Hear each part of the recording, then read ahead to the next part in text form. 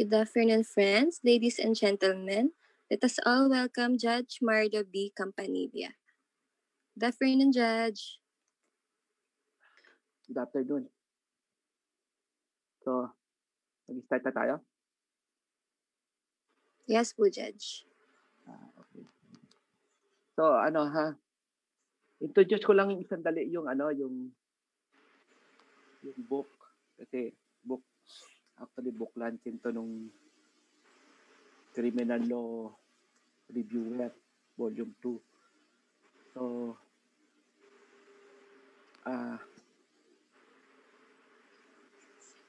yung may mga kasi, di sa coverage ng bar examination, may mga additional na special penal laws eh. So, naisama ko na yon, saka yung bagong terrorism law, naisama na natin doon. At saka, yung volume 1 saka volume 2, yan eh. Lahat ng principles needed to answer the 1945 up to 2019 bar examination. Lahat ng principles. Nilaro ko yan eh. So, pag nabasa, kumbaga, para masagot nyo yung lahat ng tanong sa bar examination, from 1945 up to 2019, makikita nyo sa libro yung mga principles. Tapos updated siya. Ngayon minsan nag-a-update ako. Padala nyo lang yung yung email address nyo dun sa Rex para kung may updates ako, natin. Bibigyan ko kayo, libre na yon. At meron akong page account ha. Marlo Campanilla sa Facebook. Tatype nyo lang Marlo Campanilla, i-like nyo, i-follow nyo. Kasi minsan pag may mga updates ako, nilalagay ko din doon, no? Tapos meron akong 7 days lecture sa March yun. Tingnan nyo lang din sa Facebook, meron akong poster doon. So, book 1, book 2, saka lahat, saka mga special penal law. Selective siya. So, sa akin lang, kung mga 90 o higher, 90% ng tatanong sa bar, o baka mas mataas pa, matatamaan ko kasi masyado ng comprehensive yung lecture na yun, 7 days lecture na. Ngayon, may ile-lecture ako rito, tapos after nito, mag-open forum tayo. No? So, meron na ako isang topic na ile-lecture sa inyo. Tapos mag-open forum na tayo. So, pwede kayo magtanong na sa book 1, book 2, saka mga special penal laws. No? So, sige, mag-start na tayo. No? Meron akong topic na gustong i-lecture sa inyo. This is in connection with, kung halimbawa merong falsification, merong estafa, merong falsification, tapos on top of falsification, merong estafa, theft, or malversation. No? So, kombinasyon ng falsification, tapos nagkaroon ng theft, estafa, or malversation. So, anong gagawin natin? No? Paborito po sa bar yan. Medyo napaka-complicated tong rule na to. Kaya ito yung i-discuss ko sa inyo. No? Ang purpose lang naman nitong lecture na to para ma-introduce namin yung writer ng Criminal Law Reviewer. No? So yun. Saka may mga updates. Actually, may modification. Meron ako sinulat sa libro, may unting modification eh. Actually, updates. No? Pero maliit lang naman na modification yon. Ganun talaga criminal law eh. Kada taon gumagalaw. So, ayun. Ulitin natin. Halimbawa, may falsification. Tapos, in addition to that, merong estafa, malversation, or theft. What is the rule? Dito muna tayo sa general rule. Yung general rule, nasa yan eh, Taninge versus People, GR number 17. 179 448. Parang June, ano yan eh. 2013. June 26, 2013. Tapos, ano yan, ni-reaffirm niya ng Arias case. Yung Arias, this is a latest Supreme Court decision. This is year number 23710 7106 2022 June 10. This is Arias Business People. So what is the general rule? Ito, napakasimple lang ha. Medyo dahan-dahanin natin kasi medyo complicated po ito. Ito paborito sa bar, kung magbabasa kayo ng mga ibang libro, maguguluhan, napakagulo talaga. Alam mo, kahit yung mga lawyer, mga judges, minsan hindi sila medyo alanganin. Yung sa concept nito, napaka-complicated kasi. So, pero gawin natin, isi-simplify natin. Dito muna tayo sa general rule. Ganito lang ang general rule. Basta may nakita kayong falsification, tapos on top of that, merong theft, estafa, or malversation, no? Applying the case of Taninge at saka Arias, no? Ang general rule is that is a special complex crime. If falsification is committed as a necessary means to commit theft, estafa, malversation, so that is a complex crime. So okay tayo dyan. Complex crime. So i-discuss muna natin yung theft, tapos estafa, tapos malversation. In that order, ha? Theft, estafa, tapos malversation. Dito muna tayo hindi, bago natin i-discuss, magbibigay muna tayo ng example. This is the case of Interstate Estate of Gonzales versus People, no? Magbibigay muna tayo ng example. This is GI number 181409. February 11, 2010. So, pinalsify niya yung SPA ng mother-in-law niya. To make it appear na yung mother-in-law niya is executing an SPA, no? In favor of his daughter. So that is falsification.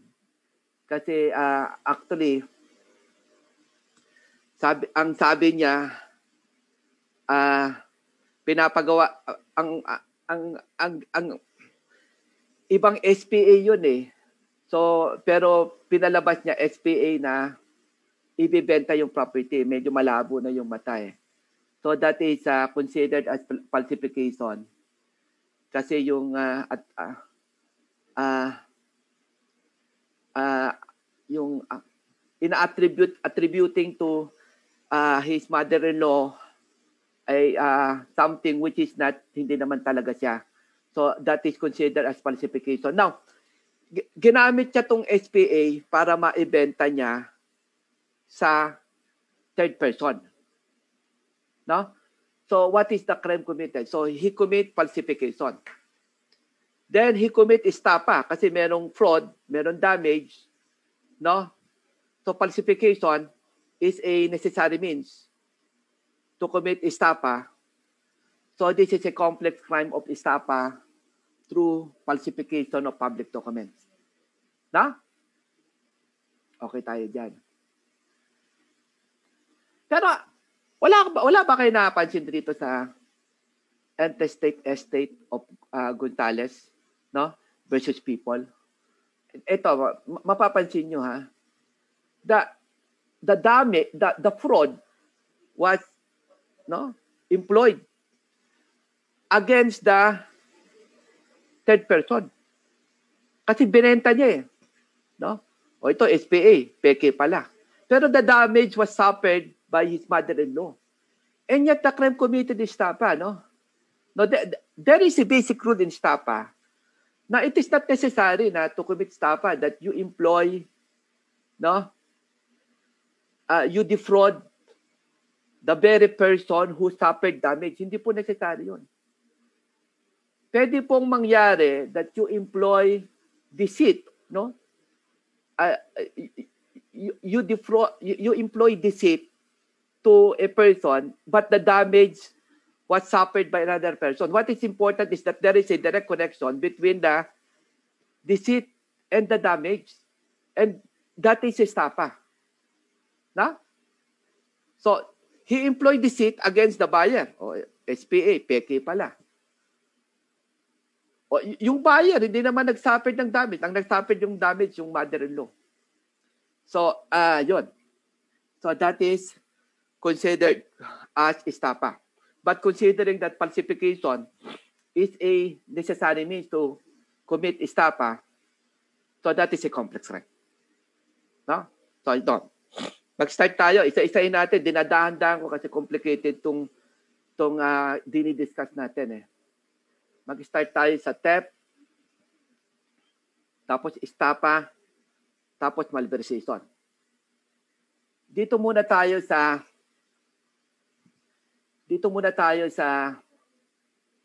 theft. Pero bago natin ipasok sa falsification, dito muna tayo sa qualified theft. In the case of people versus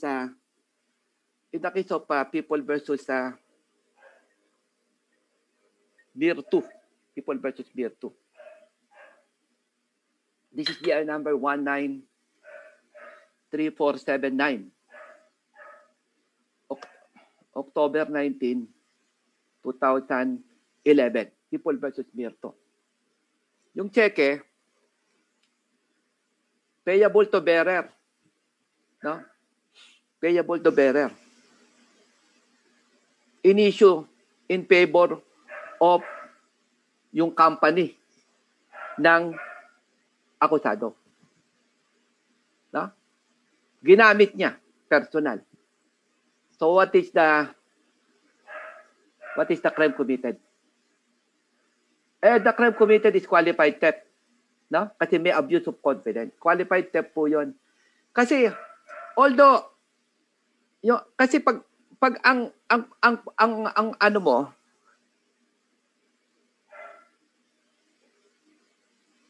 kung ang possession kasi ng employee over the property owned by the company is considered as physical. Di ba na-discuss ko na yan in the case of Chua Borse, GR number 109595, April 26 ba o 27, year 2000, which was affirmed in the case of Reside. Reside versus yung Reside versus People. Yung Reside versus People, that is 2020 yan eh. GR number 210, 318.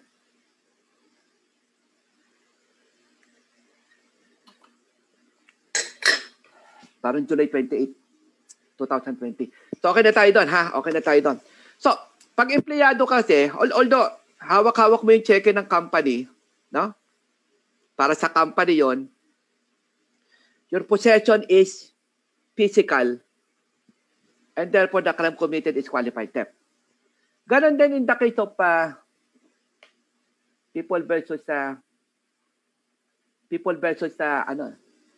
Miranda. People versus Miranda. Yung cheque, blank check. Binigay talaga sa kanya yan para para magamit niya para sa company. Yun, ginamit niya pang sariling interest. So the crime committed is qualified theft. Now, in the case of people versus Salonga, This is GI number 131131.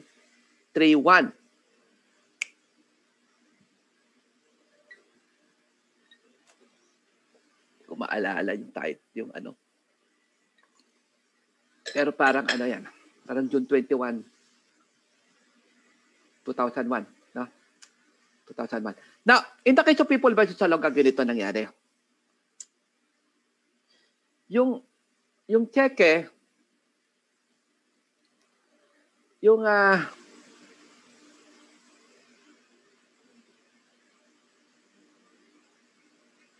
cheque,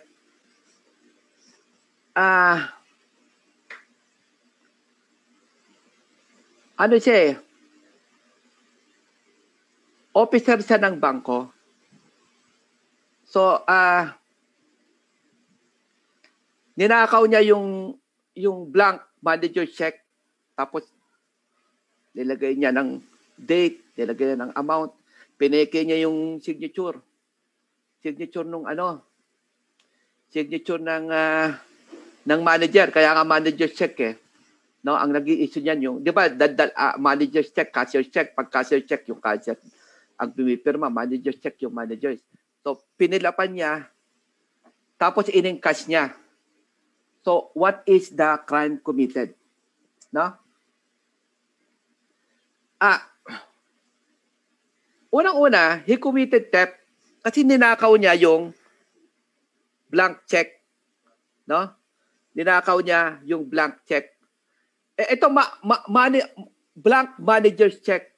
Ang cashier's check kasi at saka manager's check. Ang drawer at saka drawee bangko parehat kasi usually iba yung drawer, iba yung drawee. Yung drawee, yun yung bangko, di ba? Pag manager's check at saka cashier's check, yung bangko, siya na yung drawee bank, siya din yung drawer. So ang nag-i-issue yung bangko through the manager or cashier. No? So yun po yun. So yung manager check blanco, so pineke niya yung pirma ng manager. No? Nilagyan niya ng date, nilagyan niya ng amount, tapos in-encash niya. So what is the crime committed? First, he committed theft, di ba? Ninakaw niya yung cheque. Then he committed falsification. Now, ang tanong, kasi pinalsify niya yung cheque. Can you consider falsification as a necessary means to commit theft? Yes. Why? Ganito kasi yan. Alam mo yung, lilis muna ako ha, tapos babalik ako kasi otherwise hindi nyo maintindihan eh. No? Yung sa rape, the mere touching of the labia, majora minora of the pudendum by the penis consummates the crime.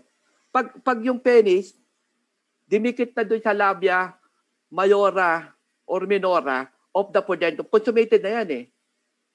Pero, although consummated na yan, from the time na nagkaroon ng touching, yung pumping, no, up to the time na magkaroon ng ejaculation, that is part of the commission of rape. Although rape is already committed or consummated at the time that the penis touch the labia majora minora of the pudendum of victim. Consummated na. Pagkadikit, consummated. Pero yung pumping up to the time na nag-ejaculate tapos winidraw niya, that is part of the commission of rape. Na? Ngayon dito tayo sa theft. Sa theft, ganun din. Alam mo sa theft, yung taking, yung pagkakuha niya ng cheque with intent to gain. Alam, no? Kukunin ko to yung cheque, tapos lalagyan ko ng 1 million to. So may intent to gain. At the time na kinuha niya yung cheque, with intent to gain, consummated na yung theft eh. No? Pero yung doing an act to realize the gain, no? That is part of the commission of theft. Also, at that time na kinuha niya yung cheque, consummated na yan, pero yung gumawa siya ng paraan, kasi no, kinuha niya yung cheque, di ba? With intent to gain. Consummated na yung theft. Pero siyempre gagawa siya ng paraan para magkaroon ng actual gain. Although may intent to gain siya, consummated na yung krimen kasi kinuha niya yung cheque with intent to gain, consummated na po yun, di ba? Pero gagawa siya ng paraan para magkaroon talaga ng actual gain. Now, yung committing an act for purposes of realizing the gain or to magkaroon talaga, to obtain gain, actual gain, that is part of the commission of theft. Although the theft is consummated at the precise moment that there is taking, which is committed with intent to gain, consummated na po yan, pero yung performing an act for purposes of actual gain, that is part of the commission of theft. Now, bakit na pinalsify yung cheque? Kasi he falsified the check para magkaroon ng gain. Otherwise, anong gagawin mo dyan? Cheque lang yan. Oh. So, pinalsify niya yung cheque para magkaroon ng actual gain. And, no, yung committing an act for purposes of acquiring actual gain, that is part of the commission of theft. So because of this, you can say that falsification is a necessary means to commit theft. No? Although consummated na yung theft, sa kanya pinalsify, no? You can consider falsification as a necessary means to commit theft. Kasi kung hindi niya ipapalsify, hindi magkakaroon ng actual gain. And therefore, the crime committed is a complex crime. No? That is a complex crime. So, okay tayo dyan, no? So, ngayon, anong pagkakaiba ng Mirto, Miranda, at saka Salonga? No? Sa Mirto, qualified theft. Sa Salonga, kasi bearer instrument yun eh. You don't have to falsify that yung cheque kasi bearer instrument. No? Tapos yung Miranda wala ding ano yun eh. Wala ding falsification kasi ibinigay na sa kanya yung pinagkatiwala sa kanya yon para gamitin para sa company. So in other words, sa Miranda at sa Mirto, walang falsification na nangyari. No? And that is the reason why the crime committed is only qualified theft. Pero sa Salonga, merong falsification na nangyari. No? Kasi ang ninakaw niyang cheque, blank manager check. So kailangan niya i-falsify para magkaroon ng gain. And that is the reason why that in the case of Salonga, the crime committed is complex crime. No? Complex crime. Now,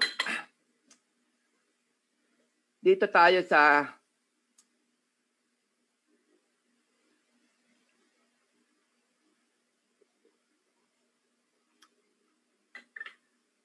estafa. Dito tayo sa estafa. So, in the case of Taninge versus People, binanggit ko na kanina yung GR number ng Taninge. So, he is a bank manager. Tapos, gumawa siya ng fictitious loan. So, in the process of making a fictitious loan, may mga commercial documents na ipapalsify. Alam mo ba, yung loan application, according to the Supreme Court, that is a commercial documents. No? Tapos, inaprubahan yung loan, nag-issue ng cheque in favor of the fictitious buyer, fictitious borrower. O anong ginawa niya?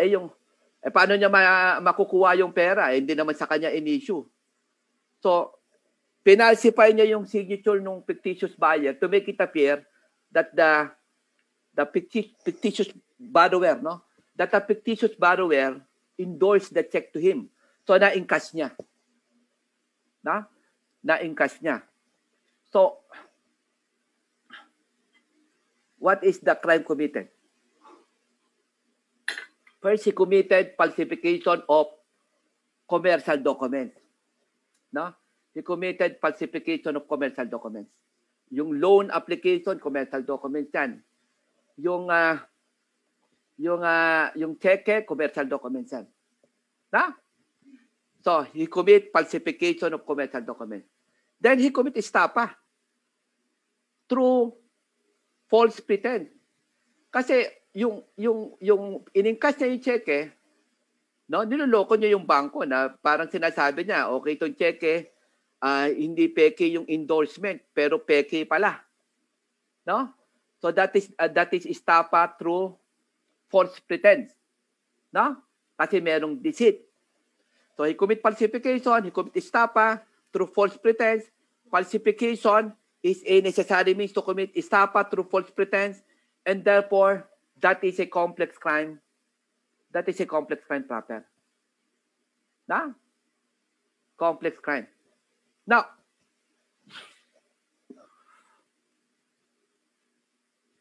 in the case of People versus Soriano, this is the number 240458 June 8, 2000, 2020. Yung People versus Soriano,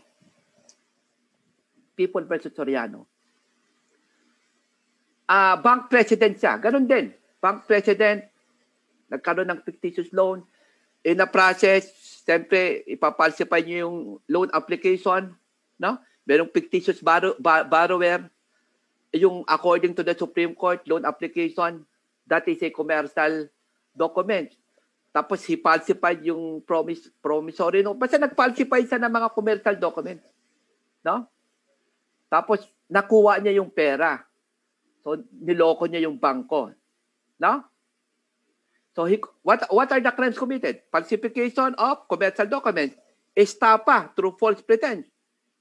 No? And falsification is a necessary means to commit estafa, and therefore that is a complex crime proper. Complex crime proper. Ayun ang general rule, complex crime proper. No? Pero ito as a general rule, ito ang general rule pag bank officer gumawa ng fictitious loan, in the process, magpapalsify siya ng mga commercial documents. Tapos, nakuha niya yung proceeds ng fictitious loan. Yung borrower, fictitious. Ang general rule yan, this is the general rule. That is a complex crime proper. Because falsification is a necessary means to commit estafa through false pretense. So that is a complex crime of estafa through false pretense through falsification of commercial documents. No? So yun ang general rule. Ulitin ko pag ang pinag-uusapan, no, bank officer, bank manager, bank president, gumawa ng fictitious loan. No? So may mga pinalsify na mga commercial documents. Tapos nakuha niya yung pera, that is a complex crime. Now, meron bang exception? That is a complex crime of estafa through false pretense through falsification of public documents. That is the general rule. Meron exception. This is the case of People versus Go. No?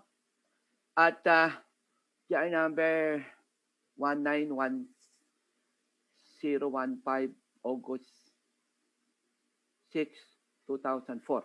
No? People versus Go. Alam mo sa People versus Go, bakit siya naging exception?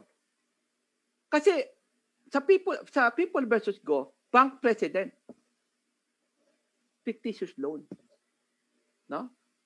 May mga pinalsify siya para makuha niya yung pera. No?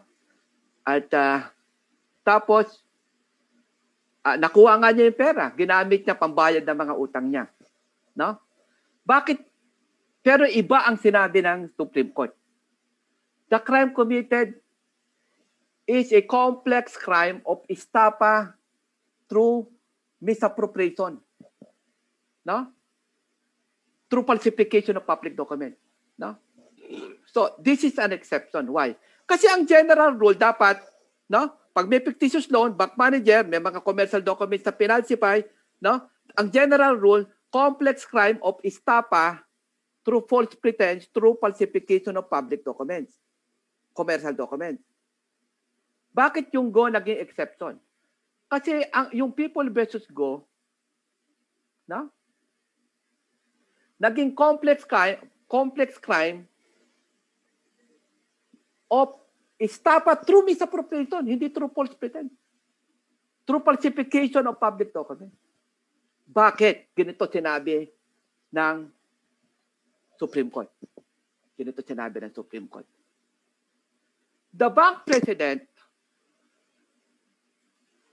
has the fiduciary duty to administer the funds of the bank. No? Despite of the transfer of the money from the bank to the president, kasi nga, inaprubahan yung fictitious loan eh. Tapos, yung pera napunta sa kanya. Despite of the transfer of the money from the bank to the president, the bank remains as an owner of the money. There is no transfer of ownership. So despite of the transfer of the money, no, yung pera napunta na dun sa presidente, walang transfer of ownership. The bank is still the owner of the money. And the bank president has still a fiduciary duty to administer that money. And by using the money to pay his obligation to other creditors, may mga utang kasi to Sigo eh. No? That is estafa through misappropriation. No? He commit estafa through misappropriation. Pero before that, he commit falsification of commercial documents kasi gumawa siya ng fictitious loan eh. No? So, falsification of commercial documents is a necessary means to commit estafa through misappropriation and therefore that is a complex crime. Now, ito to apply the case of People versus Go, dapat bank president or vice president. Otherwise, you should not apply. Now, anong pagkakaiba ng Soriano at saka Go? Actually, walang pagkakaiba. Parehas yung facts. No? Bank president, fictitious loan, napunta sa kanya yung pera. No? Yung facts parehas. Although siyempre may mga ano, pero yung substantial, yung principal, yung substantial facts niya parehas. Presidente. No? Although nagko-conspire diyan sa manager, pero importante yung principal accused. Presidente ng bangko. May fictitious loan, meaning may fictitious borrower. Tapos napunta sa kanya yung pera. No? Nag-falsify ng mga documents, napunta sa kanya yung pera. Yung sa Soriano, complex crime of estafa through false pretense through falsification of commercial documents. Sa Go, complex crime of estafa through misappropriation through falsification of commercial documents. So what is the lesson? Ito yung lesson. Pag ang pinag-uusapan bank president, hindi bank manager Pag bank manager, you apply taninge. Estafa through false pretense through falsification of commercial documents yan. No? Ito yung lesson. Pag ang akusado is bank president, merong fictitious doon. May mga pinalsify na commercial documents, nakuha niya yung pera. No? Ito yung lesson. The prosecution has two options. No? Dalawa yung option ng prosecution. Either to charge the accused of complex crime of estafa through false pretense through falsification of commercial documents, or in the alternative, pwede niyang i-charge ng complex crime through misappropriation, through falsification of commercial documents. Dalawa yung option. Na? Mapapansin nyo dun sa book ko, wala pa yung Soriano. Go lang ang nakalagay doon. Pero gagawa ako ng material kasi nga, this is a development because of the case of People versus Soriano. Latest yun di ba? 2020, binanggit ko kanina. No? Dalawa na yung option. Ako, pag tinanong sa bar to, siguro, we follow pwede natin isundin yung Soriano case. No? Unless yung facts is similar to the case of Go. No? So, okay na tayo dyan. Dito tayo sa malversation. No? Pero ito kahit na public officer yung akusado, hindi sa magmamalversation kung hindi sa accountable officer. No? Ngayon, Kahit na accountable officer, yung akusado, accountable officer, hindi pa rin malversation kung yung funds is not a public funds. No? So, para magkaroon ng complex crime of malversation through falsification of public document, kailangan accountable officer siya. Second, dapat ang involved is public fund. So, ganito yung discussion natin. Mag-i-start tayo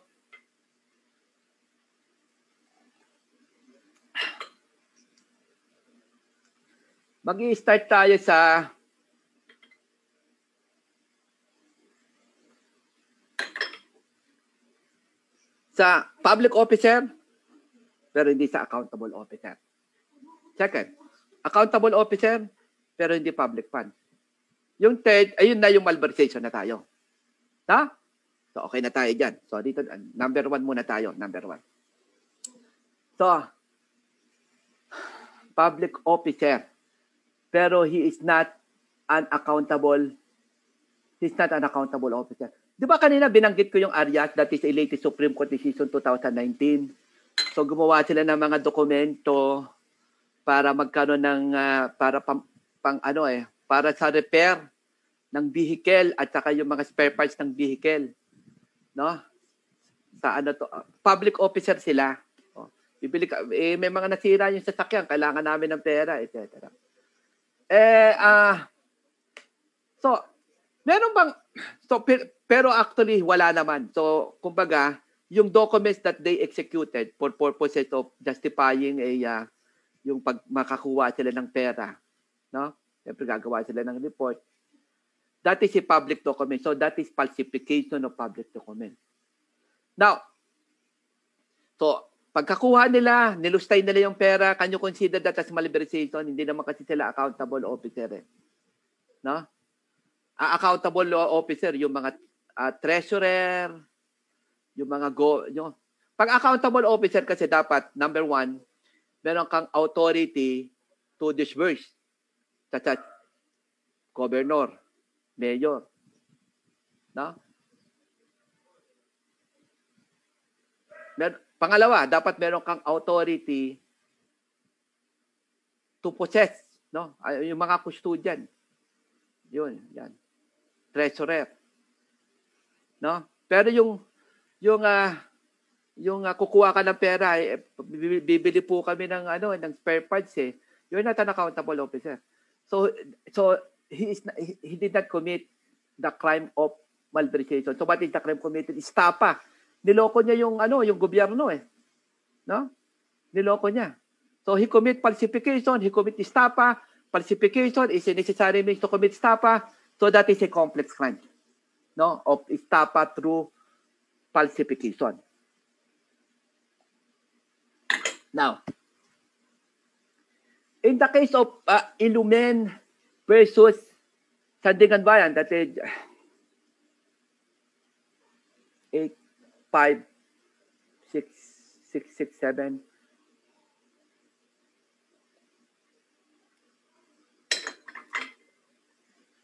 February, 20.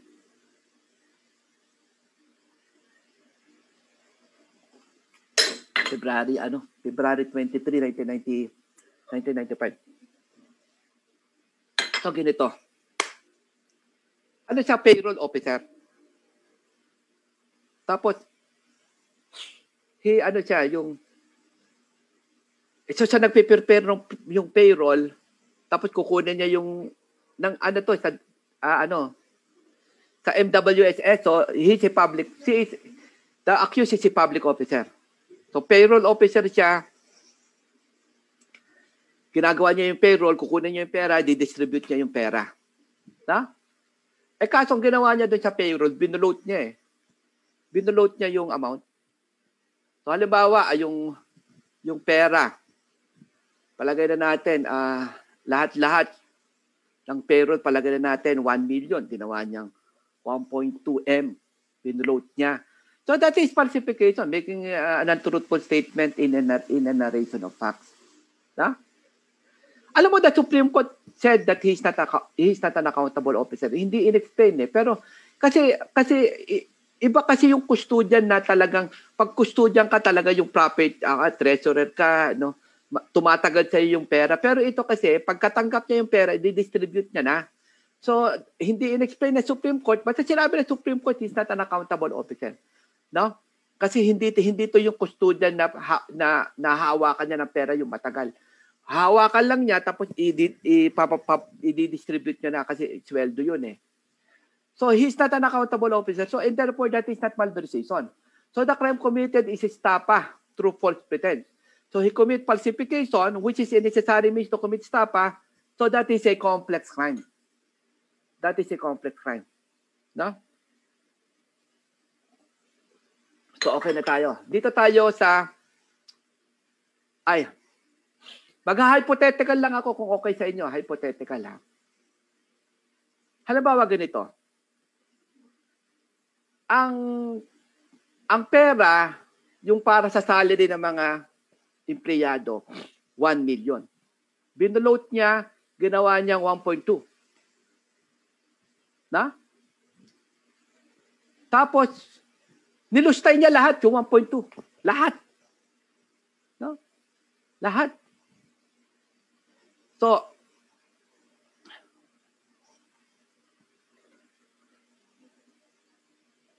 what is the crime committed? Ako, opinion lang to. Opinion lang ha. Kasi, yung excess kasi, yung 200,000, may estapa dun eh. Kasi hindi naman niya makukuha yung 200,000. Makukuha lang niya 1M eh.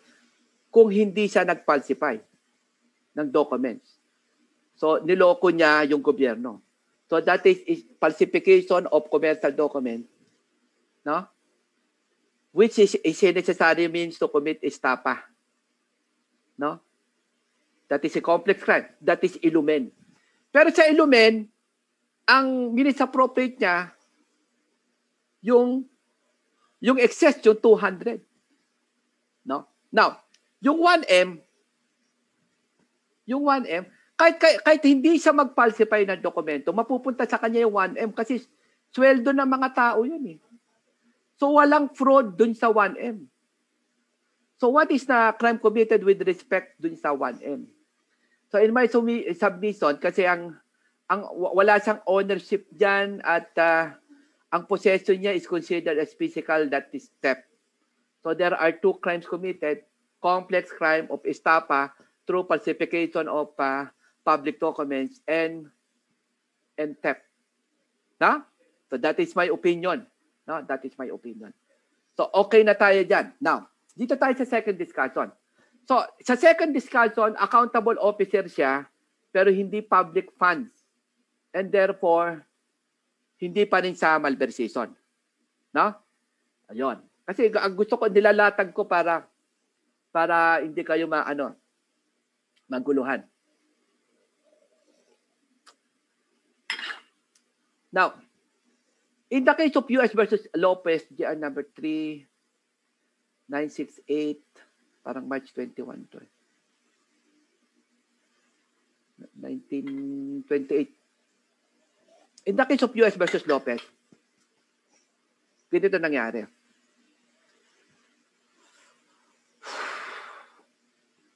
Sabi niya, no? Dati kasi pag pinaparegister dati yung kalabaw eh.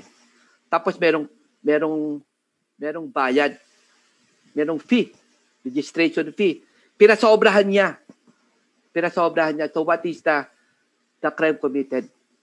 No, pinasobrahan niya. So, accountable officer siya kasi nangongolekta siya ng pera. Pero kasi ganito, halimbawa, ang babayadan is 1,000, palagay na natin 1,000. Sabi niya 1,500. No? Tumobra. No? 1,000 lang babayadan, no? Tapos ginawang 1,500. Now, yung 500 binisappropriate niya. Now, He's an accountable officer. Can you consider that as malversation? That is not malversation. Why? Although he's an accountable officer, yung pera, yung 500 is not public fund. Ang public fund dyan yung 1,000 eh. Kasi yun talaga ang dapat bayadan. 1,000. Yung 500, that is not a public fund. No? Kasi nga, hindi naman para sa gobyerno yun. Pinasumobra eh. No? That is considered as a private fund. And therefore, in the case of U.S. versus Lopez, malversation is not committed. The crime committed is still stapa. Now, so okay tayo dyan. Pero, meron bang illegal exact? Di ba pag nag-ano ka ng, gawin nag-ano ka ng fee na ang babayadan is 1,000, pinasobrahan mo. Di ba dapat illegal exaction? According to the Supreme Court, hindi siya illegal exaction. Hindi in-explain ng Supreme Court kung bakit, pero ako na mag-i-explain sa inyo. Kasi, magiging part na siya ng i-absorb na siya ng estapa. It will be considered demanding a higher amount will be considered as part of the defraudment or the deceit, which is an element of estapa, and therefore estapa will absorb illegal exaction. Hindi in-explain ng Supreme Court, ako na nag-explain sa inyo kung bakit hindi siya naging illegal exaction. Kasi kung magbayad ka ng 1,500, sir, 1,000 lang dapat ang bayadan namin i-demanda kita illegal exaction yon. Pero kung magbayad ka ng 1,500, tapos nagbayad ng 1,500, tapos nilustay niya yung 500, that is estapa, yung illegal exaction. No? Ina-absorb na yon. So, okay tayo dyan. No? Now, kung halimbawa may documents, kasi doon sa Lopez, walang penalty pa eh. Pero kung halimbawa, merong penalty pa na, sir, ito yung computation nyo. Binagay ng ganyan, computation, 1,500. So lumalabas, that is falsification of public documents, which is a necessary means to commit estapa. So that is a complex crime. Na? Okay tayo dyan. Now, ito tinanong sa bar. Pero ito nangyari, medyo kinomplicate Para 1977 to, pero ito naging complicated. Halimbawa ganito. Magbabayad ka ng taxpayer kausap. Taxpayer. Ang bayarin ng taxpayer 10,000. Pero ginawa mo, ito yung babayadan mo 15,000 pesos. Ang problema, nilustay niya parehas. Hindi lang yung 5,000, pati yung 10. Yung 15,000 buo. Ayun ang problema doon. Na? Now, so yung 15,000 pesos, yung 10,000 tax payment yon. Yung 5,000 sobra yon. So what is the crime committed? This is my opinion, With respect to the 10,000 pesos, kasi tax collector siya, accountable officer yan. Tax money yan. So kompleto na lahat yung element. No, tax collector, he is an accountable officer. Tax money, that is malversation.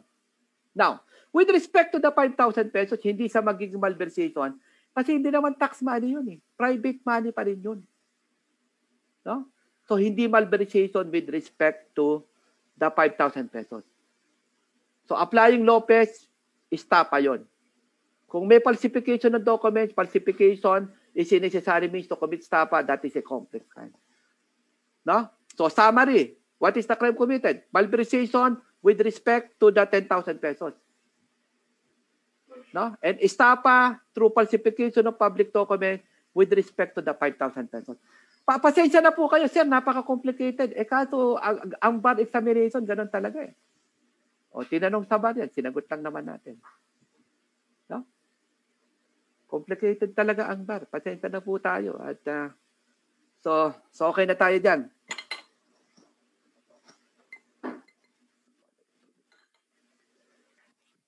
So, dito na tayo sa malversation talaga. So this is the case of People versus Barbas. In the case of People versus Barbas, he is a tax collector. Ang isa sa mga kinokolekta niya tax yung residential tax, no? Ngayon pag nagbayad ka ng residential tax, dati bibigyan ka ng cedula, no? Cedula. Ang tawag ngayon niyan community tax certificate, pero dati ang tawag niyan cedula. No? So meron sa kausap taxpayer. So, nagbayad ng residential tax. Inisyuhan niya ng cedula. Tapos merong duplicate saka triplicate copy yun. Bali 3 copy yun eh. No? At yung first copy mapupunta din sa taxpayer. Tapos may duplicate saka triplicate na copy. Copies. No? Now, merong second taxpayer. Ang ginawa niya, yung duplicate copy ng cedula dun sa unang taxpayer, ginamit niya yung para dun sa second taxpayer. Oh. No? Pinalsify niya. The duplicate copy. So, nagbayad yung second taxpayer. Inisyo niya yung cedula, falsified yun. So, what is the crime committed? Cedula is a public document. So, that is falsification of public document. Now, what is the other crime committed? Malversation ba yan? Yes. Why? Unang-una, he is an accountable officer, tax collector. Second, that is tax payment. Public money yan. No? Misappropriate yan. So, malversation. So, falsification sa malversation. Falsification is a necessary means to commit malversation and therefore, that is a complex crime proper. That is the case of People versus Barbas. So, okay na tayo dyan.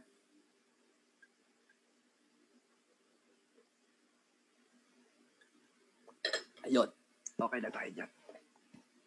So, magpipreliminary muna ako ulit, ha? Di ba binanggit ko sa inyo sa Taningit at Arias? In-explain ko na sa inyo yan, eh. Pag merong falsification, tapos merong estafa, malversation, or theft, complex crime yan. No? Kasi falsification is a necessary means to commit malversation, theft, or estafa. So that is considered as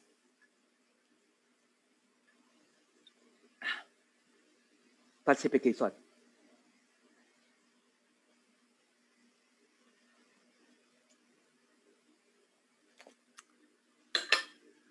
That is considered as commercial. I'm sorry. That is considered as a complex crime. Okay tayo dyan. Now, there are 2 exceptions. What are the 2 exceptions? Number 1, if falsification is not a necessary means to commit estafa, malversation, or theft. Paano siya hindi nagiging necessary means? Kasi may mga occasion kasi that you falsify as a means to conceal, not as a necessary means to commit falsification, estafa, or theft. As a means to conceal. So, that is an exception, hindi sa magiging complex crime, magiging separate crime yan. No? So, that is the first exception. If falsification is not a necessary means to commit theft, malversation, or estafa, or if falsification is a means to conceal, so, magsi-separate crime siya. Second exception, yung common element doctrine. Common element doctrine.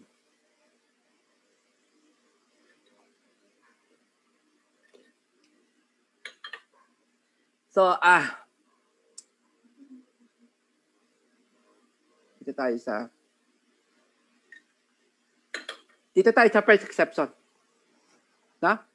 Sa first exception, dalawa i-discuss natin. Malversation at saka estafa through misappropriation. Mag-ano muna tayo. Estafa through misappropriation, touch malversation tayo. Na? So, ito. Estafa through misappropriation. Tapos second, malversation. So, pinag-usapan natin first exception. So, dito tayo sa first exception. Dito muna tayo sa estafa through misappropriation. Now, ang rule kasi napakasimple. Usually kasi ang complex crime involving falsification at estafa. Yung estafa through false pretense yan eh. Kasi simple lang yan eh. Ipapalsify mo yung dokumento, gagamitin mo yan para makapanloko ka. So that is a complex crime. No? That is a complex crime. Bakit ka naging complex crime? Kasi nga, falsification is a necessary means to commit estafa. Pero pag-usapan natin yung estafa through misappropriation. Pag estafa through misappropriation, iba yung rule. What is the general rule if the crime committed is estafa through misappropriation? Pag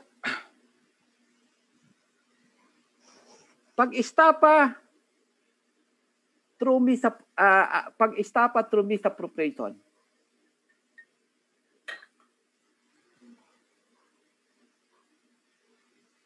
ang elements kasi niyan ng estafa through misappropriation is receiving the property, no, trust, commission, at trust, commission, administration, obligation involving the duty to make delivery or return. Then later on, magkaroon ng misappropriation, denial, or conversion. Ayun, di ba? Yun ang estafa through misappropriation. Now, kung ang elements ng estafa through misappropriation is receiving, di ba? He received the property under trust, administration, at obligation involving the duty to make delivery or return. No, he received the property. So, ibig sabihin, hawak niya na yung pera o hawak niya na yung property. Now, kung hawak niya na yung property o yung pera, anytime he can misappropriate the money or the property. Hindi niya kailangan mag-falsify eh. Hawak niya yung pera eh. No? Hindi niya kailangan mag-falsify. Hawak niya yung pera, nasa bulsa niya. So anytime he can commit estafa through misappropriation. O kung alam mo, may pera ka, pinagkatiwala sa'yo. Kailangan mo pa mag-falsify ng document? Hindi na. Anytime you can misappropriate that, o pumunta ka sa SM, okay, iminom ka, o pamudmud mo yung pera mo, o ito, sa'yo na to, etc. That is already estafa. So you don't have to falsify a document to commit as a necessary means to commit estafa through misappropriation. Hindi kailangan. Na? Kaya ang general rule, kung magpa-falsify ka ng documents, you commit estafa through misappropriation, then you falsify the document. Ang purpose mo in falsifying that document is to conceal the crime of estafa through misappropriation. And therefore, that is considered as a complex crime. No? That is, parang Benito, saka Monteverde. No? So, yun ang general rule. Ulitin ko pag ang pinag-uusapan is estafa through misappropriation, ang general rule, yung falsification is not necessary to commit estafa through misappropriation. Anytime he can misappropriate the money or convert the money. Kasi he already received the money. No? He already received the money. So, kung mag-falsify siya, ang intention niya is to conceal the crime of estafa through misappropriation, and therefore that is a separate crime. That is not a complex crime. Na? Okay tayo dyan. Merong bang exception? Meron. Yung People versus Go, binanggit ko na ba yung GR number ng People versus Go? Parang binanggit ko na eh. Binanggit ko na. 1910 August 6, 2014. Diniscuss ko na kayo. Ganito yon. Sa People versus Go, bank president siya. Di ba? Bank president siya. Ngayon, kailangan ba niya mag-falsify to misappropriate the money of the bank? Oo naman. Why?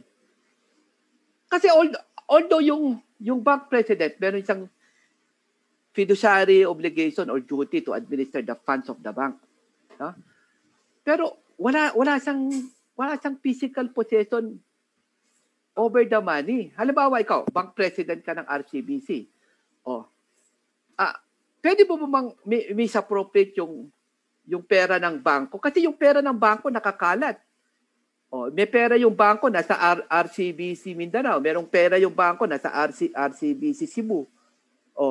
Hindi naman yung tipo bang pag bank president ka, yung pera ng bangko nakapaligid dun sa kwarto mo, na anytime na gusto mong i-misappropriate, misappropriate mo yun. Hindi. So in other words, para ma-misappropriate niya yung pera ng bangko, kailangan niyang gumawa ng fictitious loan. Kailangan niya mag-falsify ng mga commercial documents para ma-misappropriate niya. So this is a situation where falsification of commercial documents, falsification of fictitious loan, promissory note, etc., is a necessary means to commit statutory misappropriation. And therefore, that is a complex crime proper. That is the exception to the rule. Ang general rule, ulitin ko pag ang pinag-usapan, falsification, saka statutory misappropriation, hindi complex crime yan. That is the general rule. Separate yan. Kasi hawak mo na yung pera. Di ba? One of the elements of statutory misappropriation, receiving the property, the money, trust, commission, administration, obligation involving the duty to make delivery, hawak mo na yung pera. No? So anytime you can misappropriate without falsifying a document. So ang general rule, pag statutory misappropriation, nagkaroon ng falsification, separate crime yan. Ang exception yung people versus Go, na kailangan niya mag-falsify ng dokumento para ma-misappropriate niya yung pera ng bangko. Okay tayo dyan. Ayun. Dito tayo sa malversation. No? Malversation. So, kung mapapansin nyo yung malversation, ito, what is the general rule? Pag malversation at saka nagkaroon ng falsification, ang general rule, separate crime yan. Bakit? Diba, ang isang elements ng malversation is that yung accountable officer has control, no? Or meron isang control or physical possession over the public money or public funds. Diba? Ayun yung elements ng malversation, isa. So, because of that, no? This is as a general rule, no? Since na hawak mo na yung pera, accountable officer ka, lalo na kung custodian ka, hawak mo na yung pera. Ang general rule dyan, anytime you can malverse the money, you don't have to falsify the document. Now, if you will falsify the documents, your intention in falsifying that document is to conceal the crime. Kaya nagse-separate crime yan. For example, in the case of Senday Diego, treasurer siya, hawak niya yung pera nasa vault. Minalberse niya yung pera. Napansin ka na Supreme Court na namalberse niya na yung pera, no? Bago niya pinalsify yung treasury warrant. No? Ngayon, ang tanong, yung falsification ba is necessary to commit malversation? Is it necessary to commit Hindi siya necessary. Why? In fact, na-malverse niya na. Sabi ng Supreme Court, na-malverse niya na yung pera. Bago siya nag-falsify. So, yung falsification is committed as a means to conceal and therefore nagsiseparate yan. No? So, ang general rule, ito ang general rule, pag ang pinag-uusapan, merong falsification, merong malversation, ang general rule, separate po yan. Ngayon, meron pang exception? Meron. There are two exceptions, Barbas at saka Soleta. Dito tayo sa Barbas. Bakit siya naging exception? Sa Barbas kasi, di ba in-explain ko na yung Barbas, tax collector siya. Merong first taxpayer, pinalsify niya yung cedula, tapos merong second taxpayer. Now, ito kasi yung sitwasyon na to that he cannot immediately malverse the money. Kasi yung pera, hawak-hawak ng second taxpayer. So, pinalsify niya yung cedula para yung second taxpayer will give to him tax payment. No? So this is the situation na kailangan niyang i-falsify yung sedula para makuha niya yung tax payment dun sa second taxpayer. Hindi to yung sitwasyon na yung pera nasa vault na, nasa vault niya at hawak alam niya yung hawak niya yung pera, no? Yung nasa vault niya yung pera, tapos kaya niyang buksan yung vault. So anytime pwede niyang i-malverse. Ito iba, yung pera nasa second taxpayer. So kailangan niyang i-falsify yung sedula para makuha niya yung pera. So this is the situation where falsification is a necessary means to commit malversation, and therefore that is a complex crime. So that is an exception to the rule. Now, dito naman tayo sa Suleta. Suleta. Dati kasi, yung mga sinaunang panahon, ang mga treasurer, meron silang vault. So pag naka-receive ng mga, yung tax collection sa isang araw, tax collection lalagay doon sa vault. Pero ngayon, nag-iba na yung sitwasyon. Bakit nag-iba na yung sitwasyon? Ang sitwasyon ngayon, ang pera, yung collection, no? Merong mga regulasyon na yung nakolekta mo, no?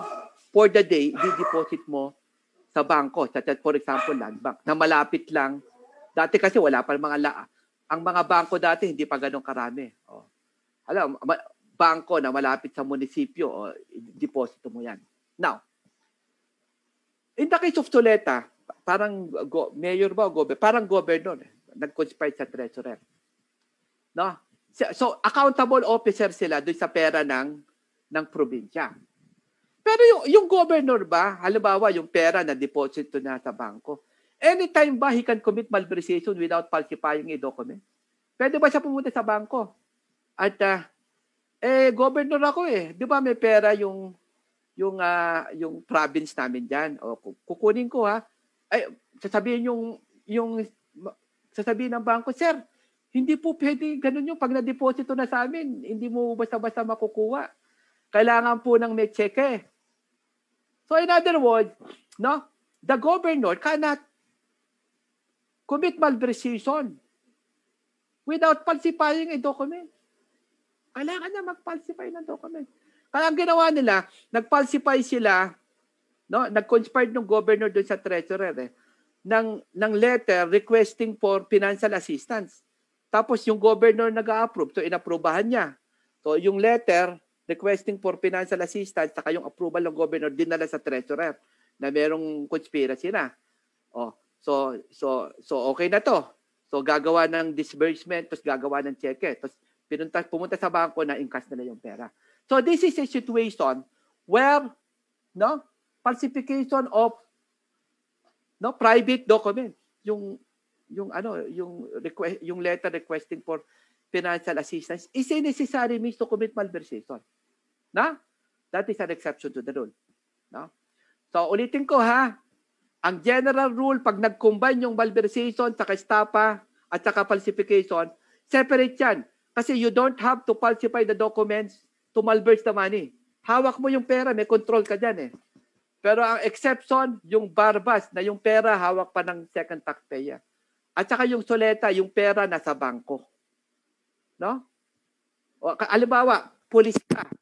O, accountable officer ka with respect to the service pistol. So, kailangan mo ba mag-falsify ng documents to malverse the gun? The service pistol, hindi. Anytime pwede mong ibenta yan. No? And that is, kaya yun ang general rule. Pag malversation sa falsification, separate crime yan. No? Kasi you don't have to falsify the documents as a means to commit malversation. So that is a separate crime. If you falsify, your intention is to conceal malversation. Kaya magsi-separate yan. Ang exception lang yung barbas sa Suleta. So okay tayo dyan. No? Complicated. Alam mo, ito ha, sa bar examination, yung mga complicated, doon nagtatanong. Yung mga simpleng, nung simpleng principles, wala, hindi nagtatanong. Gusto nila ganito, yung mga complicated. Na? So, susunod tayo. Common element doctrine. Common element doctrine.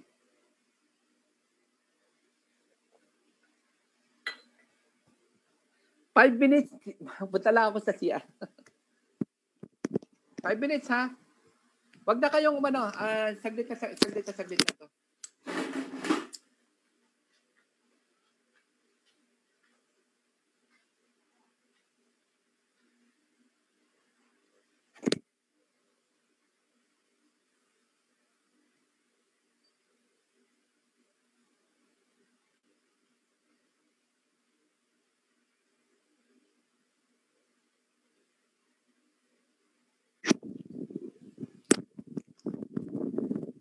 Ito na ako.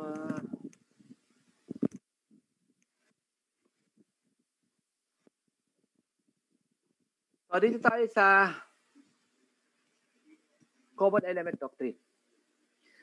Under the common element doctrine, explain ko muna. Exception to, kasi diba ang general rule natin, pag nag-combine yung falsification with estafa, malversation, theft, nagko-complex crime yan. That is the general rule. Yung doctrine, common element doctrine, this is another exception to the general rule.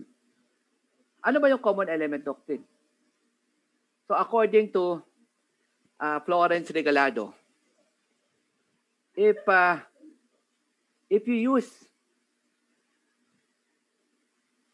an element such as damage in committing a crime, you cannot reuse that element to complete another crime. So pag meron kang ginamit mo yung isang element para makumpleto yung isang krimen, hindi mo na pwedeng gamitin ulit yon para makumpleto yung pangalawang krimen. Pag once na ginamit mo yung isang element sa isang krimen, hindi mo na pwedeng gamitin yun sa pangalawang krimen. Isang beses mo lang sa pwedeng gamitin. Pag yung element is common to both crime, you are only allowed to use that element to complete one crime. But you are not allowed to use that document to complete the other crime. Halimbawa ganito. Sa falsification of public, official, or commercial documents,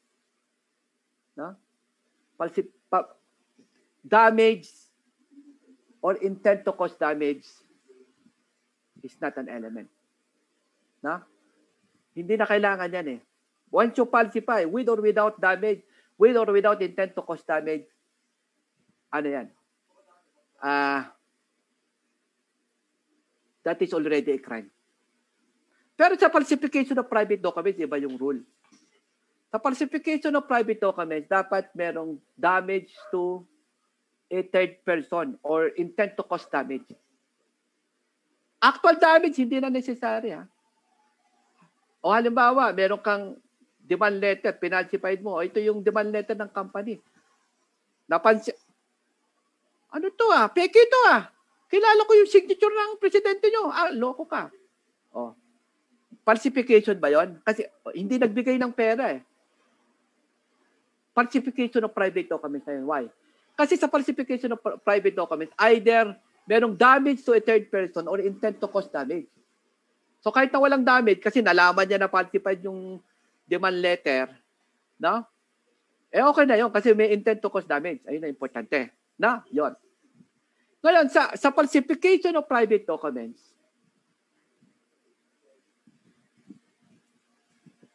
causing damage to a third person, intent to cause damage to a third person is an element. Ang problema, estafa, damage to a third person is also an element. Pero sa estafa, dapat actual damage. Hindi pwedeng intent to cause damage. Kung meron lang intent to cause damage, magiging attempted, estafa yan. Ulitin ko pag sa falsification of private document, actual damage or intent to cause damage, okay na yan. So in both cases, consummated falsification of private documents yan. Sa estafa, iba. Dapat may actual damage. Pag walang actual damage, intent to cause damage, attempted lang yun. O kaya pwedeng maging frustrated. Okay tayo dyan. Yun. So in other words, if what is involved is estafa and falsification of private documents, merong yung damage is an element common to both crimes. So applying the common element doctrine, once you use damage as an element of falsification of private documents, you cannot use that element to complete estafa. And therefore, the crime committed is only falsification of private documents. And vice versa, meaning, once you use damage as an element of estafa, you cannot use damage as an element of falsification of private documents. And therefore, the crime committed is estafa. Na? Ayon. Halimbawa, mapapansin nyo sa mga libro, Chan Chow, at saka yung Reyes. Pero unfortunately, yung Reyes, that is an old case. In the case of People versus Co, no? GR number 233015. October 19, 2009, October 16, 2019. People versus Co. Latest Supreme Court decision, nire-affirm na yung People versus Reyes. No? So, kumbaga, at least may bagong Supreme Court decision kasi napakatanda niya na yung People versus Reyes eh. Yung People versus Co, pinalsify niya yung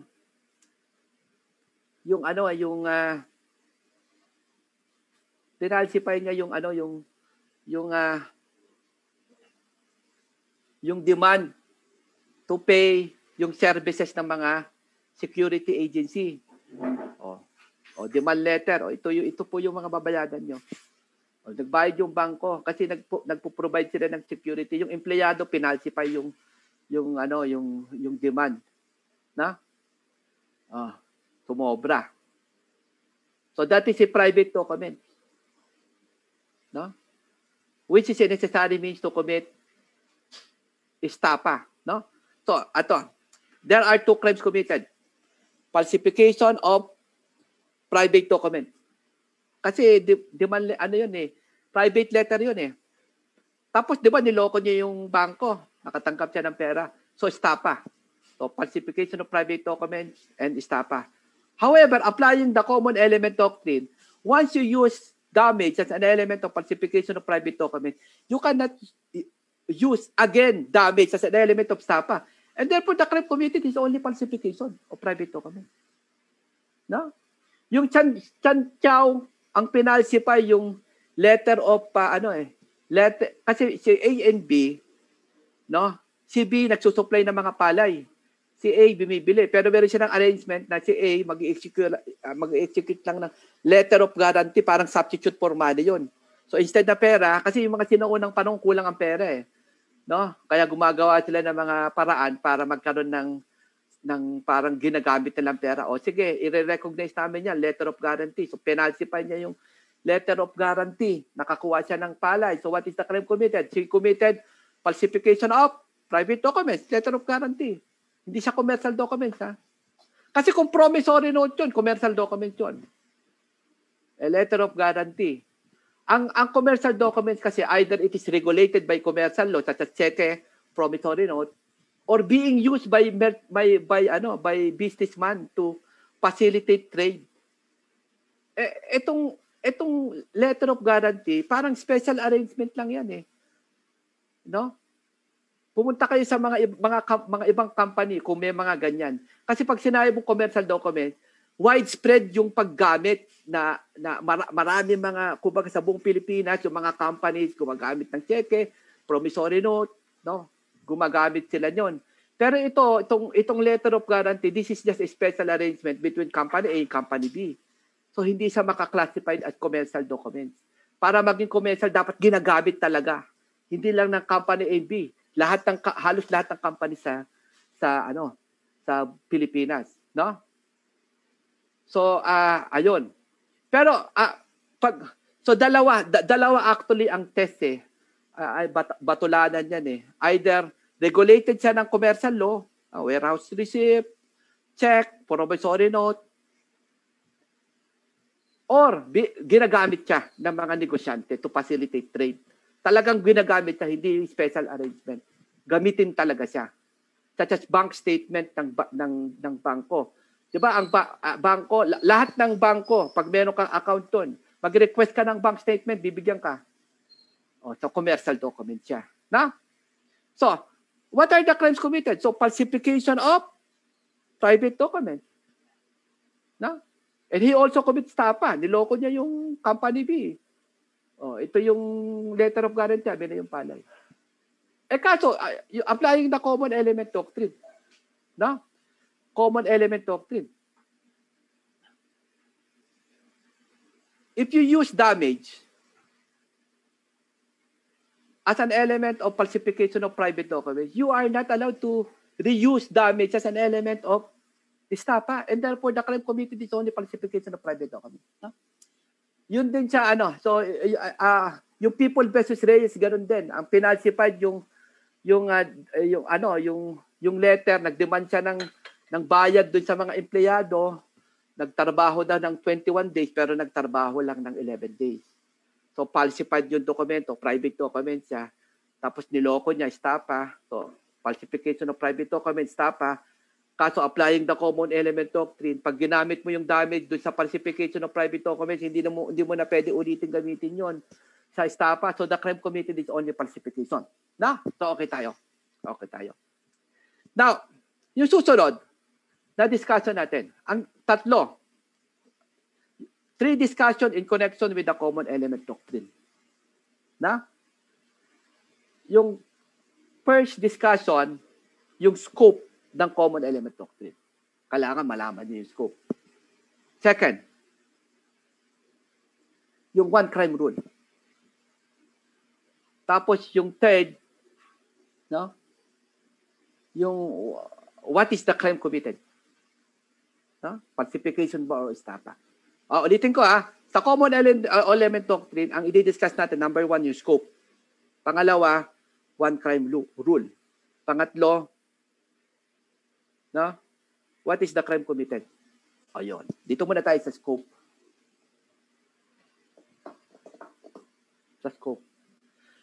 Yung scope ng falsification, ito, napakasimple lang para wag natin i-complicate. There is only one situation where you can apply the common element doctrine. One situation lang. Ito yon. It must be a combination of falsification of private documents and estafa. Any other situation, hindi applicable ang common element doctrine. Ulitin ko to apply the common element doctrine. Simple lang po yan. Dapat, it must be a combination of falsification of private documents and estafa. Ayun. Bakit? Kung hindi siya falsification of private document, halimbawa, falsification siya ng public, official, or commercial documents, you will not apply the common element doctrine. Bakit?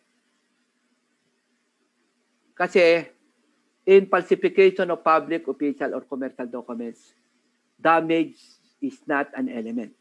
So there is no element common to estafa and falsification of public, official, or commercial document. Ayun. Now, susunod, dapat hindi lang sa falsification of public documents. Dapat yung second, dapat what is involved is theft.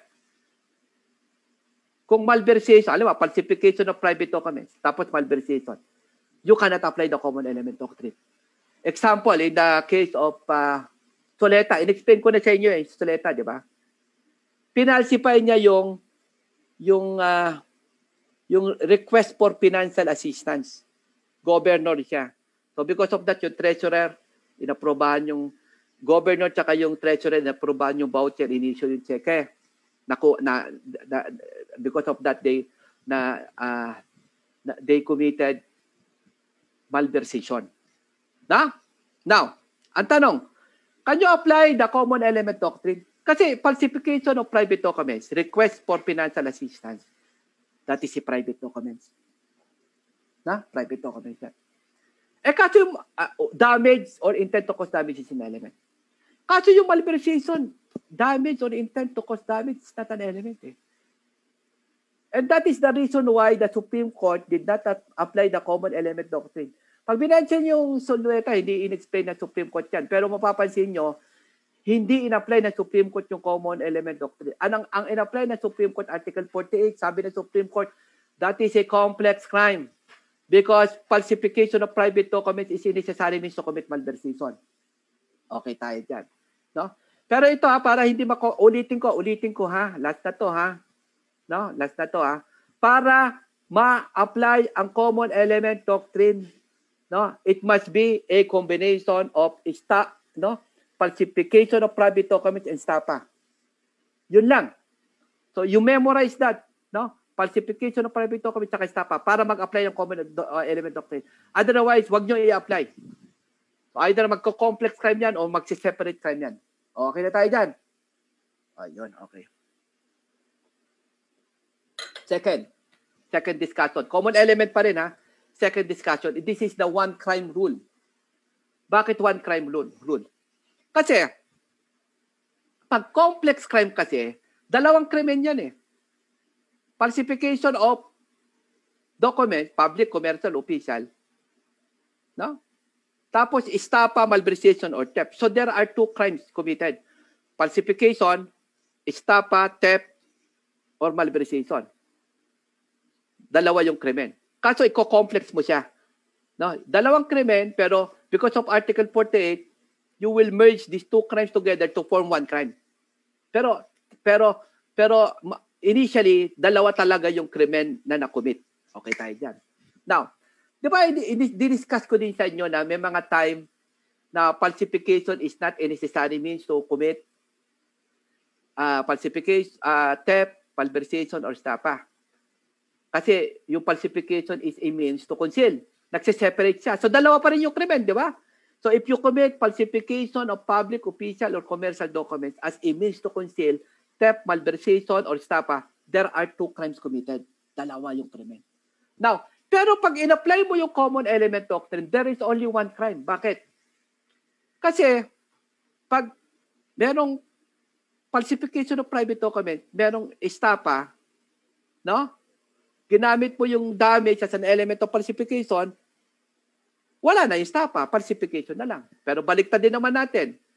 No? You commit estafa. No? Tapos falsification of private documents. Tapos yung damage is an element of estafa. So, hindi mo na pwedeng gamitin yung damage as an element of falsification and therefore the crime committed is estafa. So, in other words, if you will apply the common element doctrine, isa lang ang krimen. Technically, there is only one crime. Now, dito tayo sa third discussion. What is the crime committed? Doon sa libro ko kasi, I use the standard ni Regalado. Kay Regalado kasi, kung sino unang na-commit, that is the crime committed. Pero in the case of People versus Co, kasi this is a latest Supreme Court decision, binanggit ko na yung GR number niyan, 2019 yan. No, ang sinasabi ng Supreme Court, ito na lang muna gamitin natin, pag falsification is a necessary means to commit estafa, the crime committed is falsification. But if falsification of private documents is not a necessary means to commit estafa, the crime committed is estafa. Na? So, ganito tayo. So, ganito. Pero actually, parang parehas lang yan Kaso, iba yung phraseology kasi ng Supreme Court decision. Mas maganda, yun na lang muna natin gamitin yun. Na? Yan, ganito yan. Dito muna tayo sa first situation. Halimbawa, you falsify demand letter, tinanong sa Varian. o letter of guarantee. O kaya yung nagcha-charge ka ng fee dun sa security services. Nag-falsify ka. No? Nag-falsify ka ng private document.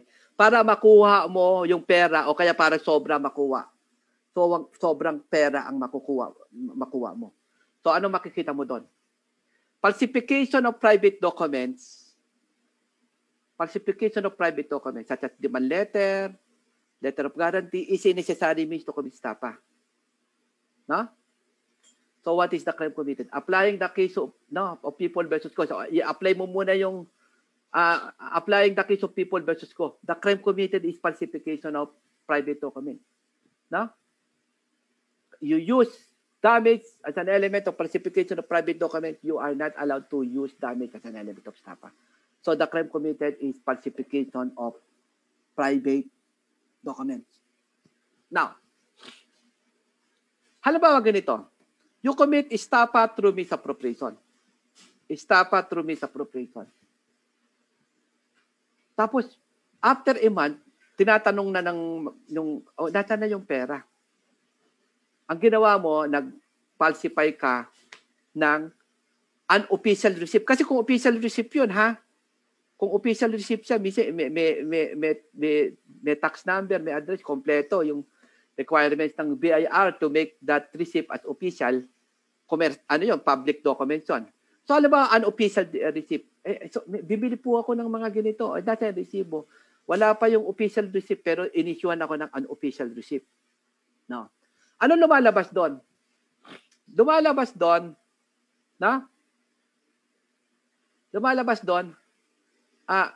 yung falsification of private document, unofficial receipt, is not a necessary means to commit estafa or misappropriation.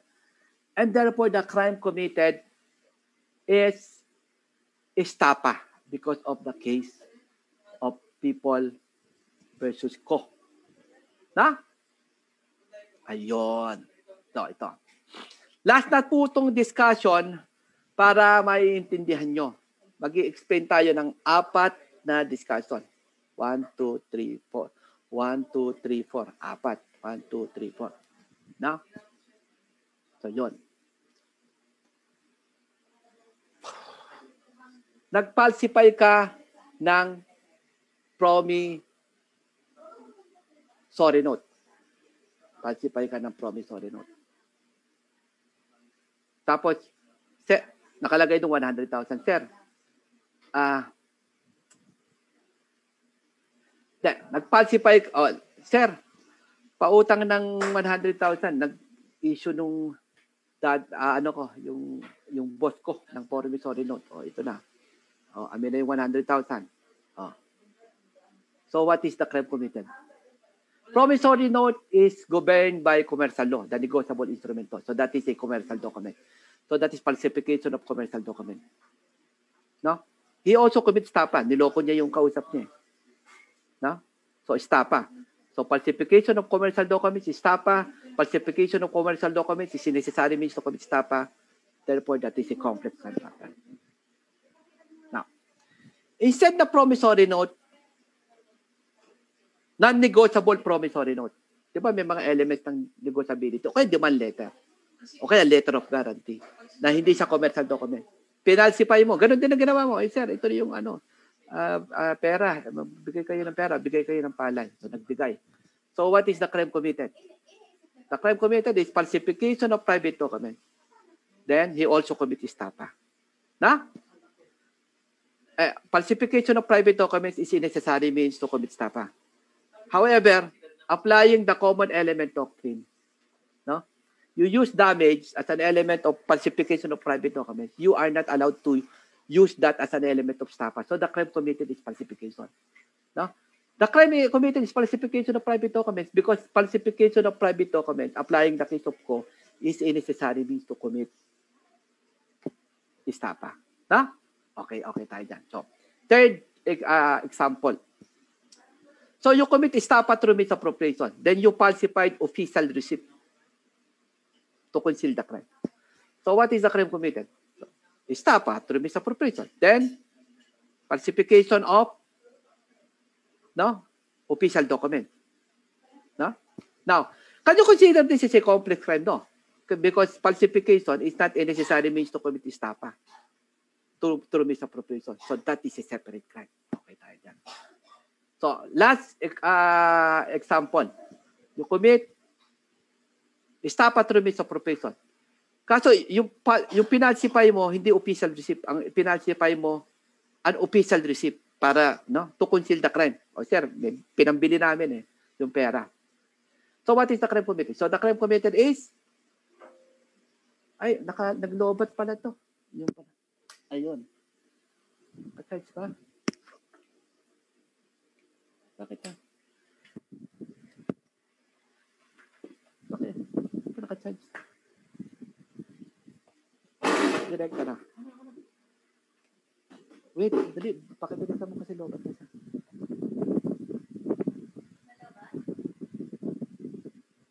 Direct ka mo na kaya? Ay, hindi pala nakasaksak.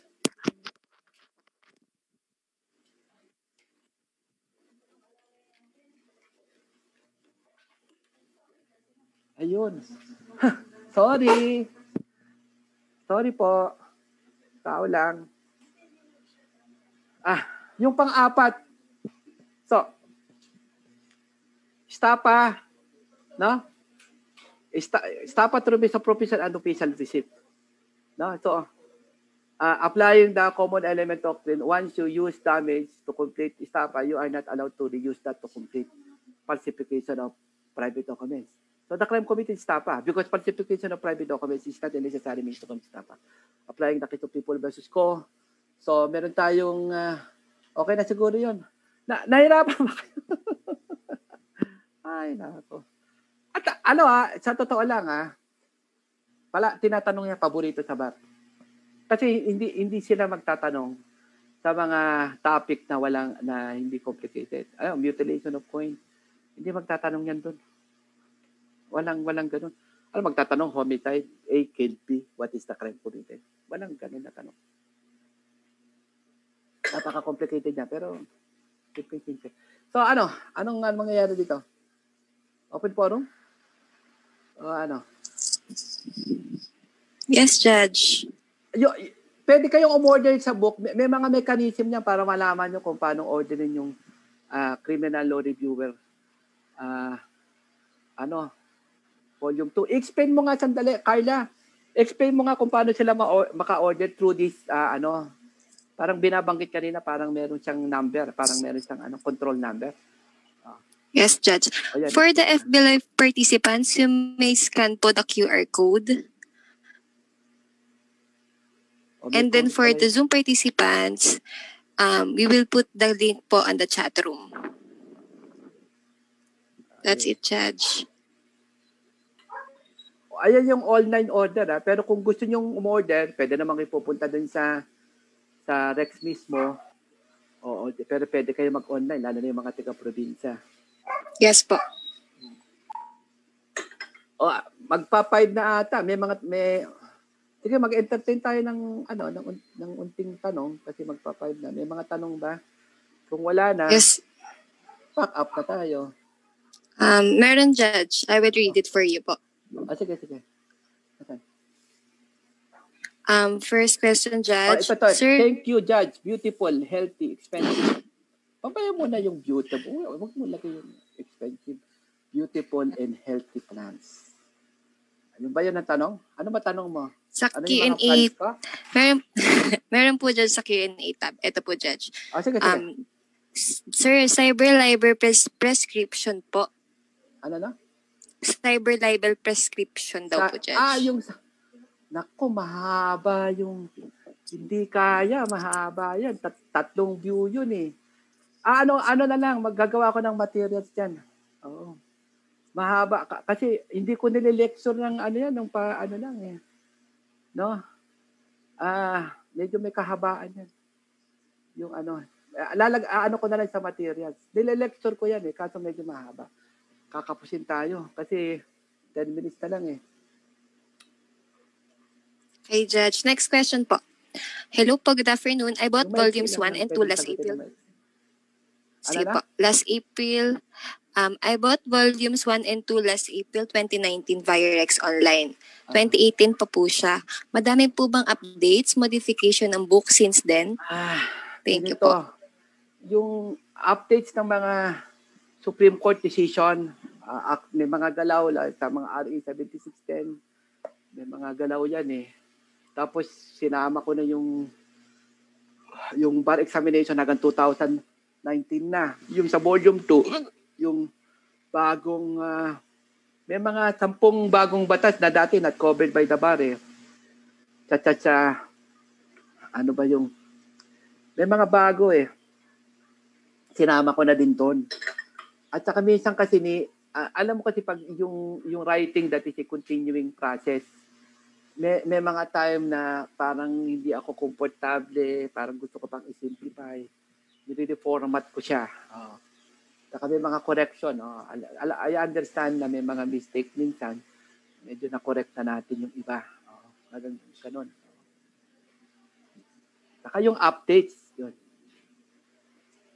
Kung may budget ka, bibili ka na ng bago. Kasi kung kapos ka sa budget, pagtagaan mo na. Kaso minsan kasi kung ano yung development sa criminal law, yung paminsan yung tinatanong. Pero siyempre, depende naman yan kung gusto mo ng updated book, bili mo yung bago. Na? Sino yung yung sa cyber libel, if mahaba discuss ko diyan ibigay mo na lang sa akin yung email, bibigay ko sa yung latest yung Tolentino eh. No? Ito ha, wag for purposes of the bar, you avoid social media. Kasi ang problema, we respect experts. Kasi pag may issue kasi, di ba yung kay Reza yan eh, pag may issue kasi, ang napansin ko sa mga experts, pag anti-Duterte, ang explanation nila, halimbawa din sa Reza case, pag parang may tendency sila minsan na di ba yung kay dun sa Reza case, andaan sa social media, yung mga expert, pati yung social media mismo, yung mga tao, parang inaway-away yung judge that convicted Reza. Alam mo sa totoo ito ha, mga estudyante po kayo, sa akin, bago nyo aatakihin yung isang desisyon ng judge, basahin mo muna yung decision. Hindi mo pwede. Ang hirap kasing sasabihin mo, mali yung decision, hindi mo naman nabasa. Ang kapal ng decision yan, ha? Ako, hindi ko nabasa yung decision, pero yung summary pertaining to the issue of cyber libel, in my submission, naman, iba-iba actually yung mukhang tama yung conviction eh. That is my submission. Pero siyempre, aakyat yan sa CA, pupunta sa Supreme Court. Baka sabihin ng Supreme Court mali. Pero ako yan ang Court of Appeals. Pero there is also a possibility that the Court of Appeals in the Supreme Court will appeal. If you will ask me, tama yung decision. No? At although we respect yung mga opinion ng mga expert, pero kanya-kanya ng opinion yan. Ako, I have, if you will follow Tolentino, talagang hindi pa prescribed. Na? Kaso mahaba discussion kasi pag di-discuss ko yan, i-discuss ko sa inyo yung 3 views eh. So, pero for purposes of the bar, we have to follow the view of the Supreme Court. No, ang problema kasi yung Tolentino, hindi siya unpublished, no? Kaya sabi ng mga expert that is not controlling, pero for purposes of the bar, that is a Supreme Court decision. Unpublished or published, that is a Supreme Court decision. Ito yung ang nagsasign yan, hindi yung ponente, ang nagsasign yung clerk of court niya. Pero it was signed under the authority.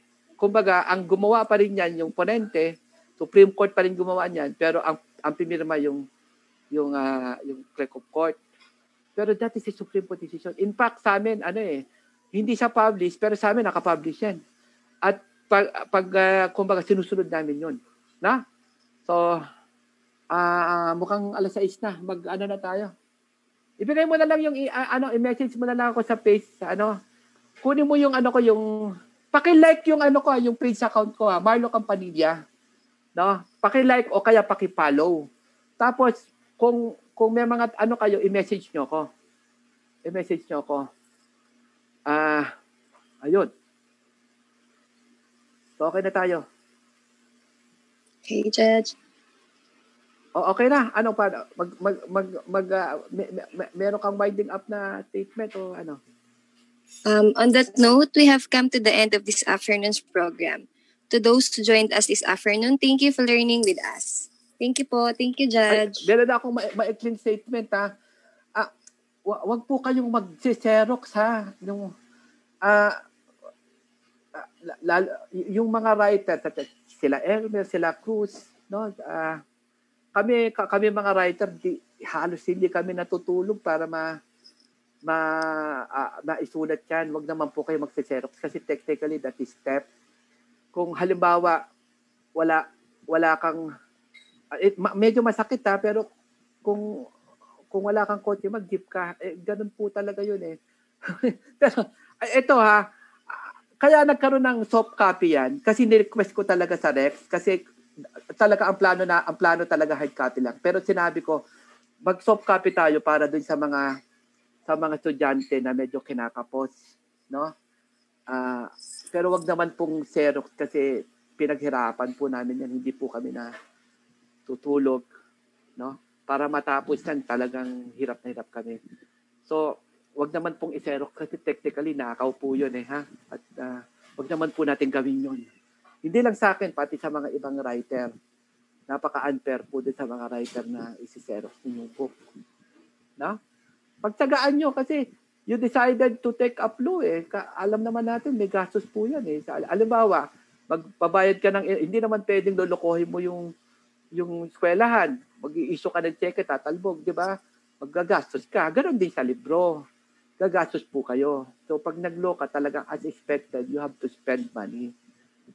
Same as sa eskwelahan, hindi pwedeng mag-i-issue lang kayo cheque tapos papatalbogin nyo. Ganon din sa libro. Bibili po kayo, huwag nyo pong ipapaserox, bawal po yun. No? At kasi intellectual property, so hindi pwedeng, halimbawa, may kotse ako, hindi naman pwedeng gagamitin mo yung kotse ko na walang paalam. Ganon din sa libro. Hindi nyo pwedeng si-xerox yun nang walang paalam sa amin. Bawal po yun. Ha? Sige. Salamat. Sige. Salamat po. Ha? Thank you po. Thank you, Judge. Yung gusto nyo, yung 7 days lecture ko, kung gusto nyo, March po yun, ha? Kompleto po yun. Pati yung cybercrime, prescription, discuss natin. Mahaba lang, kaya hindi ko discuss eh. Abutin ako ng 30 minutes doon. At hindi mo maiintindihan kasi pag ang discussion, yung yung pahapyaw, hindi pwede. Kailangan extensive ang discussion para maintindihan nyo. Medyo complicated siya eh. Hindi sa ganun kasimpleng i-explain na maiksi. Na? So okay na tayo. Salamat sa inyo. Bye-bye. Na?